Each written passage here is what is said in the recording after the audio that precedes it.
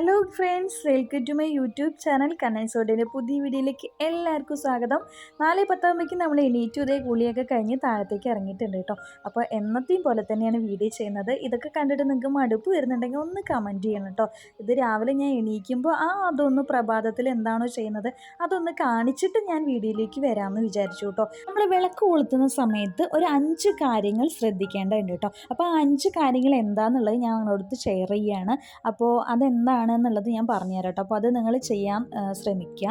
അപ്പോൾ ഒന്നാമത്തെ കാര്യം എന്ന് പറഞ്ഞു കഴിഞ്ഞാൽ തലേ ദിവസം തന്നെ പാത്രങ്ങളൊക്കെ കഴുകി വെച്ച് രാത്രി കിടന്നുറങ്ങുക കേട്ടോ. ഒന്നാമത്തെ കാര്യം, അത് വിളക്ക് കൊളുത്തുമ്പോൾ നമുക്ക് എന്താ പറയുക, കിച്ചണൊക്കെ ഡേർട്ടി ആയിട്ട് കിടക്കുന്നത് നന്നല്ല, അതൊരു ശുഭലക്ഷണം അല്ല കേട്ടോ. അപ്പോൾ ഒന്നാമത്തെ കാര്യം എന്ന് പറഞ്ഞാൽ തലേ ദിവസം രാത്രി കിടക്കുമ്പോൾ എല്ലാ പാത്രങ്ങളും കഴുകിയിട്ട് വേണം കിടക്കാൻ.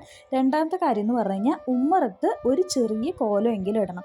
അത് എന്താ പറയുക, കോലമാവ് കൊണ്ടാണെങ്കിലും ശരി, ഇല്ലെങ്കിൽ അരിപ്പൊടി കൊണ്ടോ ഇല്ലെങ്കിൽ മാവ് കൊണ്ടോ അരിമാവൊക്കെ ഉണ്ടാവില്ലേ അതുകൊണ്ടോ ഏതെങ്കിലും കൊണ്ട് നമ്മളൊരു ചെറിയ കോലയെങ്കിലും ഉമ്മറത്ത് വെള്ളം തളിച്ച് ഇട്ടിരിക്കണം. അത് വളരെ ഇമ്പോർട്ടൻ്റ് ആണ്. മഹാലക്ഷ്മി കയറി വരുമ്പോൾ ആ കോലം കണ്ടിട്ട് വേണം വരാൻ കേട്ടോ. അപ്പോൾ അതൊരു ഐശ്വര്യമാണ്.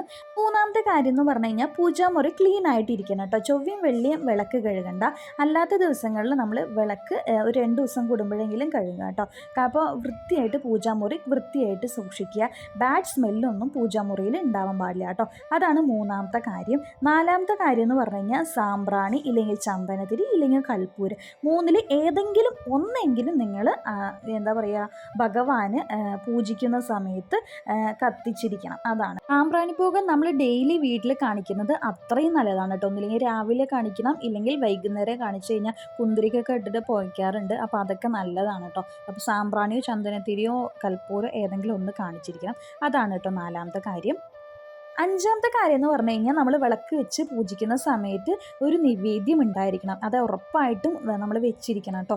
അത് ഒന്നില്ലെങ്കിൽ നമുക്ക് അവിലോ ശർക്കര ഇല്ലെങ്കിൽ ഏതെങ്കിലും ഫ്രൂട്ട്സ്, ഏതെങ്കിലും ഒരു പഴമാണെങ്കിലും നമ്മൾ ഭഗവാന് വെക്കണം കേട്ടോ. അപ്പോൾ പഴമൊക്കെ വെക്കുമ്പോൾ അതിൻ്റെ തണ്ടിൽ എന്താ പറയുക, ആ ഞെട്ടിയൊന്നും കളയാതെ നമ്മൾ വെക്കാൻ ശ്രമിക്കുക കേട്ടോ. അപ്പോൾ ഞെട്ടി കളഞ്ഞ് വെക്കാതെ ഞെട്ടിയോടുകൂടി വെക്കാൻ ശ്രമിക്കുക. ഇല്ലെങ്കിൽ നിങ്ങൾക്ക് അതും വെക്കാൻ കഴിയില്ല എന്നുണ്ടെങ്കിൽ കൽക്കണ്ടം വാങ്ങാൻ കിട്ടും. ചെറിയ ചെറിയ കൽക്കണ്ടകൾ നമ്മൾ ഗണപതി ഹോമത്തിലൊക്കെ ഇട്ടിട്ടുണ്ടാവില്ലേ, കുഞ്ഞു കൽക്കണ്ടകൾ. ആ കൽക്കണ്ടാണെങ്കിൽ നമുക്ക് അതുമാത്രം ഭഗവാനെ നിവേദിച്ചാൽ മതി.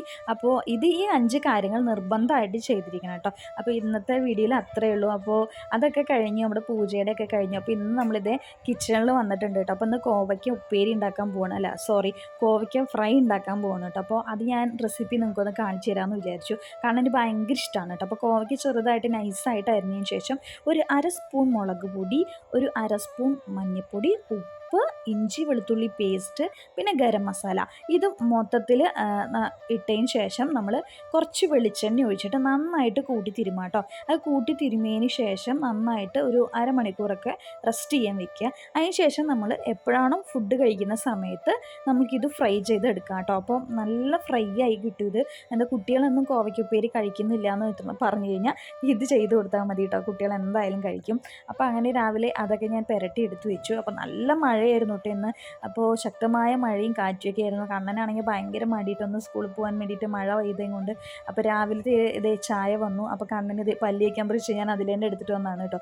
അപ്പോൾ കണ്ണൻ ഇതേ പല്ലി വയ്ക്കാൻ വേണ്ടി പോവുകയാണ്. അപ്പോൾ മഴ കണ്ടിട്ടും കാറ്റ് കണ്ടിട്ടും അവനിതേ മുകളിലിതേ ഇലയൊക്കെ ഇങ്ങനെ ആടുന്ന കണ്ടിട്ട് നോക്കിക്കൊണ്ടിരിക്കുകയാണ് കേട്ടോ. അപ്പോൾ രാവിലെ ഞങ്ങളിതേ ചായ കുടിച്ചുകൊണ്ടിരിക്കുകയാണ്. അങ്ങനെ നന്ദു ഇതേ കുളിച്ച് റെഡിയായിട്ട് ഇതേ ഭക്ഷണം കഴിച്ചുകൊണ്ടിരിക്കുകയാണ് കേട്ടോ. മോർണിംഗ് ബ്രേക്ക്ഫാസ്റ്റ് ദോശ ഉണ്ടായിരുന്നു, പക്ഷെ അവൻ കഴിച്ചില്ല. ചോറും പിന്നെ കൊള്ളുപരിപ്പ് കടഞ്ഞതും പിന്നെ രസം ഉണ്ടായിരുന്നു, പിന്നെ കോവയ്ക്ക് ഉപ്പേരി. അപ്പോൾ കോവയ്ക്ക് ഉപ്പേരി എന്ന് പറഞ്ഞു കഴിഞ്ഞാൽ അത് ഇതുപോലെ ഉണ്ടാവും. ഉപ്പേരിയല്ല, ഫ്രൈ, കോവയ്ക്ക ഫ്രൈ ഇതുപോലെ ഉണ്ടാവും കേട്ടോ. അപ്പോൾ അവരെയൊക്കെ വിട്ടതിന് ശേഷം വീണ്ടും മഴയില്ലെന്ന് പറഞ്ഞ് ഞാനും ഏട്ടനും ഒരു ചായയും കൂടി കുടിച്ചു. അപ്പോൾ വീഡിയോ ഇഷ്ടമായ ലൈക്ക് ചെയ്യുക, ഷെയർ ചെയ്യുക, കമൻറ്റ് ചെയ്യുക, സബ്സ്ക്രൈബ് ചെയ്തിട്ട് സപ്പോർട്ട് ചെയ്യാൻ മറക്കല്ലേ.